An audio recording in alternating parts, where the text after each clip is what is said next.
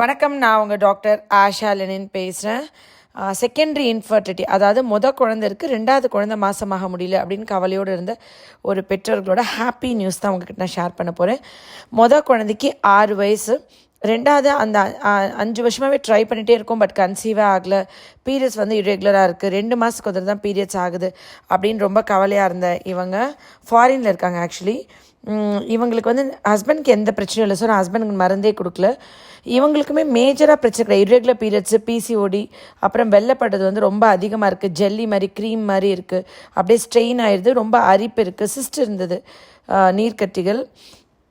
So அவங்க நிறைய try பண்ணிவிட்டு கடைசியில் அவங்க ஹஸ்பண்ட் எப்போவுமே கணவர் பேச்சு கேட்டால் நல்லதாக நடக்கும், கணவன் சொல்லே மந்திரம் அப்படின்றதுக்கு எக்ஸாம்பிள் அவங்க வீட்டுக்கார் நீங்கள் கண்டிப்பாக ஆஷா டாக்டரை பாரு அப்படின்னு சொன்னாங்களாம். அவங்க அம்மா தான் இங்கே என்கிட்ட ரெகுலராக மருந்து வாங்கி எவ்ரி மந்த் கொடுத்து விடுவாங்க. 10வது மாதத்துலேருந்து சாப்பிட்டுருந்தாங்க, ஆல்மோஸ்ட் 6 மந்த்ஸாக. நல்லபடியாக அவங்க கன்சீவ் ஆகிட்டாங்க, நியூஸ் ஷேர் பண்ணாங்க. ரொம்ப ஹாப்பியாக இருந்ததை பார்க்கும்போது. அவங்களுக்கு அறிவோட, ஆரோக்கியத்தோட, நீண்ட ஆயுளோட, உலகம் போற்றும் குழந்தை பிறக்கணும். நீங்கள் எல்லாம் ப்ளஸ் பண்ணுங்கள், ப்ரே பண்ணிக்கோங்க.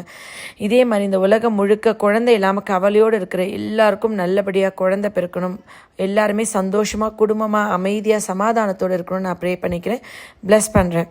Love you all. நன்றி.